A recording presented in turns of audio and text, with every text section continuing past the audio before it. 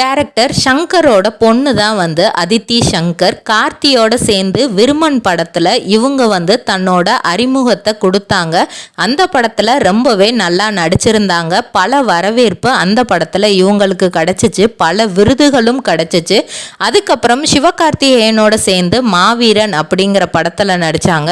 அந்த படம் இவங்களுக்கு பெரிய ஹிட்டை கொடுக்கல அப்படின்னாலும் பரவாயில்ல, கிராமத்து ரோலில் நடித்த பொண்ணு இப்போ சிட்டி ரோல்லையும் வந்து நல்லாவே பண்ணுது. ஏன்னா ஒரு ப்ரெஸ் ரிப்போர்ட்டராக வந்து அவங்க அதில் நடிச்சிருப்பாங்க.